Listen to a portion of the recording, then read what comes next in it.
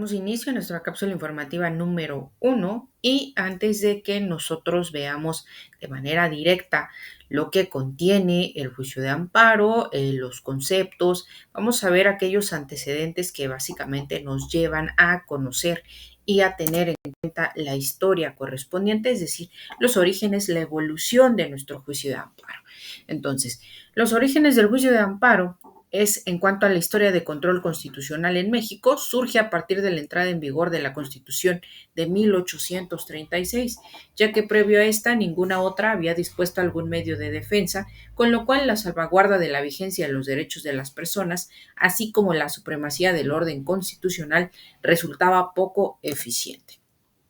Ahora bien, el control jurisdiccional de la Constitución en México surgió en Yucatán en 1841 a través de la creación de un instrumento de protección de derechos humanos denominado juicio de amparo, siendo hasta ese entonces el primer medio de tutela diseñado ex profeso para reparar cualquier afectación producida por el actuar indebido de la autoridad.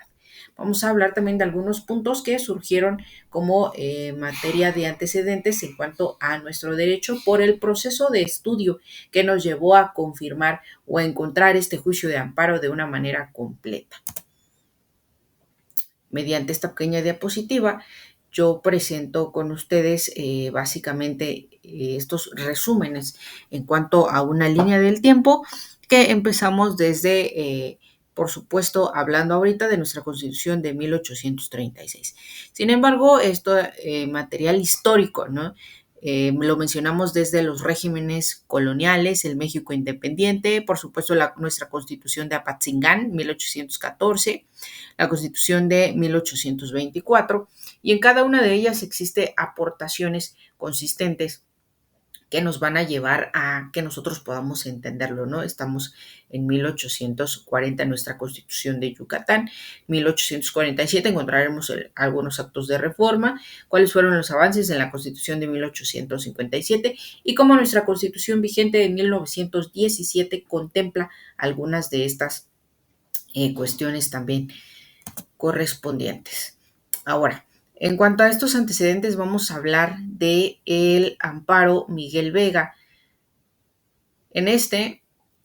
a partir del célebre resolución de este caso Miguel Vega, fue el juicio de amparo que se concebiría como un procedente en contra de negocios judiciales y no de actos derivados de autoridades administrativas y legislativas. Además de lo anterior, el caso en cuestión permitió que la Suprema Corte ejerciera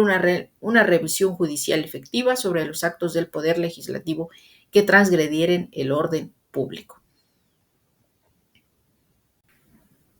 Básicamente, ¿cómo llegamos a esta solución, ¿no? En cuanto a este ejemplo como antecedente. Pues bien, a partir de 1840, cuando mediante un movimiento revolucionario, Yucatán se separó del Estado mexicano en razón del establecimiento del pago de derechos aduaneros que desde la guerra con Texas se había impuesto a todo el país, así como la imposición de contingentes de sangre sobre el pueblo yucateco, y principalmente por haberse instaurado una forma de Estado centralista en 1836.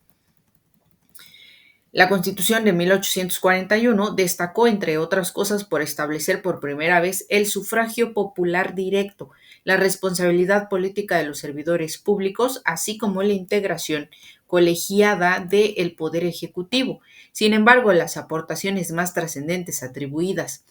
son la incorporación de un catálogo de derechos humanos y la instauración del juicio de amparo como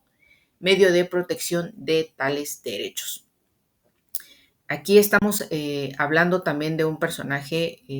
Manuel Crescencio Rejón, quien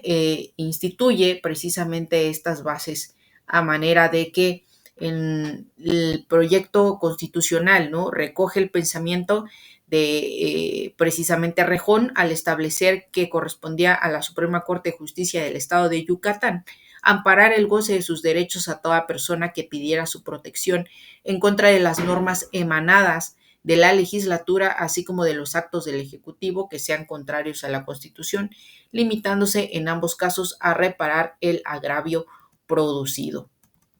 Ahora, en cuanto a este caso del amparo Miguel Vega, pues esta ley de amparo de 1869 ¿no? Se habían mostrado las bondades de la figura norteamericana del precedente judicial y la interpretación constitucional del juez, derivado principalmente, como se refirió, de los alcances normativos en el artículo 101 constitucional. En esta resolución, ¿no? El juez Vega valoró que el personaje José Bañuelos actúa en legítima defensa, por lo que impuso como pena 2 meses y medio de prisión. Por vía de apelación, el Tribunal Superior de Justicia de la entidad, al conocer la impugnación, consideró que la sentencia era contraria a derecho, por lo que se decide revocarla. Manifestar con base en estas circunstancias, pues yo también los invito a que tengan la autonomía de fijarse de manera específica en cada uno de estos antecedentes. Ahora, si bien el amparo en los años 70 en el siglo XIX era un instrumento mediante el cual se protegía cualquier tipo de derecho, con una ductilidad en el acceso que lo hacía un verdadero medio de tutela social y democrático, hacia 1882 los alcances de su protección se verían restringidos debido a que se declararía su improcedencia para conocer de cuestiones políticas y electorales. Lo anterior debido a que el 11 de abril de 1874, la Suprema Corte de Justicia de la Nación, encabezada en aquel entonces por José María Iglesias, resolvió un asunto conocido como el Amparo Morelos, mediante el cual se fijó un criterio que operaría a los años siguientes denominado incompetencia de origen. Es decir, ahora está este precedente de Amparo Morelos. De la misma forma, a manera de resumen, yo les comento que, los hechos del caso se suscitaron con un grupo de hacendados de origen español asentados en el estado de Morelos, solicitaron la protección de la justicia federal. Aquellos presentaron un juicio de amparo en contra de la ley de Hacienda promulgada el 12 de octubre de 1873, tomando como argumento el hecho de que el Congreso y el gobernador de la entidad general Francisco Leiva eran autoridades que se encontraban ocupando su cargo de forma ilegítima, toda vez que uno de los legisladores, llamado Vicente Llamas, había sido electo diputado sin haber dejado el cargo de jefe político de uno de los distritos gubernamentales del estado, por lo que ejercía de forma simultánea dos cargos públicos. A su vez, el general Leiva fue reelecto gobernador, desatendiendo la prohibición de reelegirse, consagrada en la Constitución morelense.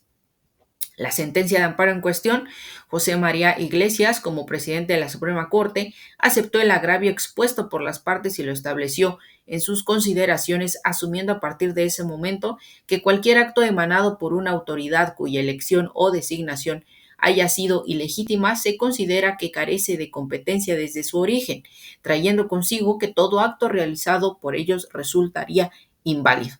Por ello, se puede decir que por competente debía entenderse no solo aquella dotada de facultades legales para expedir las normas o los actos impugnados, sino que tenía que haber sido electa o designada de forma legítima. Es decir, la comparecencia no solo era funcional, sino también originaria, incompetencia de origen o subjetiva.